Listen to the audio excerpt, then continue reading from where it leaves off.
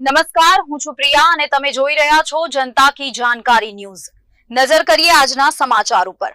ઉપલેટા દૂધ ઉત્પાદક સહકારી મંડળી લિમિટેડનો 14મો રોપા વિતરણ કાર્યક્રમ યોજાઈ ગયો। ખેડૂતો, પશુપાલકો અને આમ જનતાને વિનામૂલ્ય વૃક્ષના રોપાઓ આપવામાં આવ્યા હતા। દર વર્ષે રોપાઓ વિતરણ કરવાથી મંડળીની એક ઓળખ ઊભી થઈ છે, માટે ખેડૂતો અને પશુપાલકો આમ જનતા મંડળીના પશુ દવાખાને રોપા મેળવવા ઉમટી પડી હતી।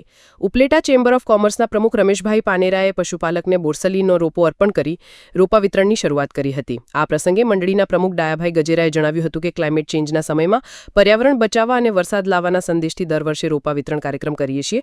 બોરસલી, કરજો, વાંસ, ઉમરા, સીતાફળી, જામફળી, લીંબુડી, લીમડા સહિતના 20 જાતના 3500 જેટલા રોપાઓ આપવામાં આવ્યા। વૃક્ષારોપણને પ્રોત્સાહન આપવા દૂધ મંડળી દર વર્ષે 40,000ની ફાળવણી કરી વિનામૂલ્યે રોપણ વિતરણ કરવામાં આવે છે। આ પ્રસંગે કાર્યક્રમ ખેડૂત આગેવાન બટુકભાઈ ગજેરા, ચેમ્બર ઓફ કોમર્સના મંત્રી તેમજ ખેડૂત આગેવાન રમેશભાઈ સાવલિયા, મેનશીભાઈ ડેર, ગોરધનભાઈ સિહોરા, દેવનભાઈ વસોયા ઉપસ્થિત રહી પ્રોત્સાહન આપેલ હતું। કાર્યક્રમનું સંચાલન સહકારી મંડળીના મંત્રી દિનેશભાઈ કંટારિયાએ કર્યું અને મંડળીના સાથે વિતરણ વ્યવસ્થા સંભાળી હતી। વૃક્ષ વાવો અને પર્યાવરણ બચાવના સંદેશ સાથે ઉપલેટા દૂધ સહકારી મંડળીએ રોપા વિતરણ કાર્યક્રમ કર્યો। અહેવાલ વિપુલ ધામેચા, ઉપલેટા।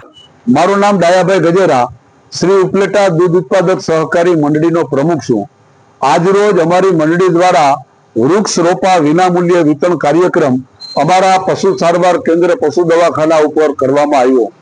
આ વૃક્ષ વિતરણ રોપા જે કાર્યક્રમ હતો એમાં બહોળી સંખ્યામાં ખેડૂત ભાઈઓ અને ભાઈઓ બહેનો ઉપસ્થિત રહ્યા અને લગભગ 3500 જેટલા રોપાઓનું વિતરણ કરવામાં આવ્યું।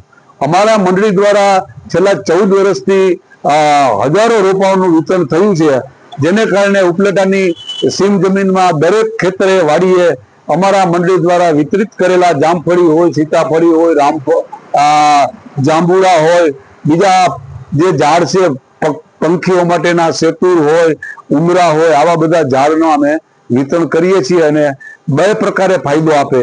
એક પશુઓને પંખીઓને રહેવા માટે ઘર મળે અને એને ખોરાક પણ મળે અને પર્યાવરણને ફાયદો થાય। આજે આપણે બધા જાણીએ છીએ પ્રમાણે પર્યાવરણ બચાવવું અતિ જરૂરી છે।